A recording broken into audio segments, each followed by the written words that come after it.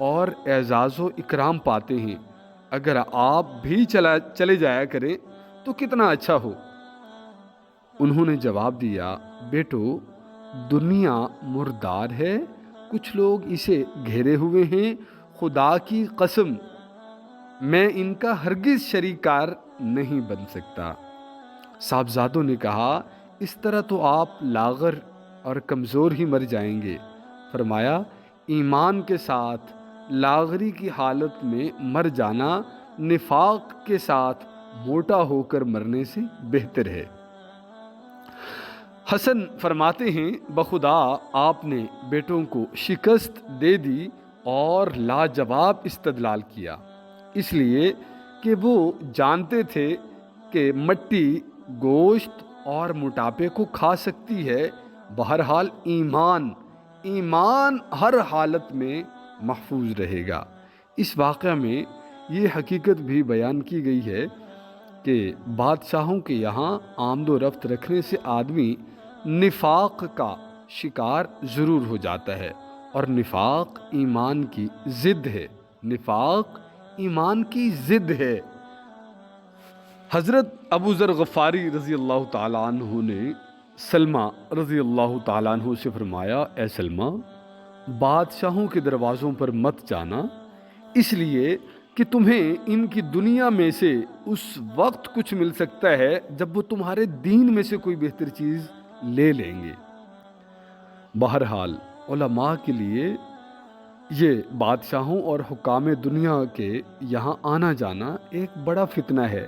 شیطان بھی اہل علم کو گمراہ کرنے کے لیے یہی ذریعہ اختیار کرتا ہے، اور ہاں خصوصاً ایسے علماء شیطان کے فریب میں بہت جلد آ جاتے ہیں جن کی آواز عمدہ ہو اور بات کرنے کا ڈھنگ خوبصورت ہو۔ ایسے لوگوں کے ذہن میں شیطان یہ بات ڈالنے کی کوشش کرتا ہے کہ تم حکام کے پاس جاؤ اور انہیں نصیحت کرو، اچھی باتیں بتلاؤ، بری باتوں سے منع کرو، اور وہ لوگ تمہارے نصیحتوں کو قبول کریں گے اور دین کے احکامات کی تعمیل کریں گے۔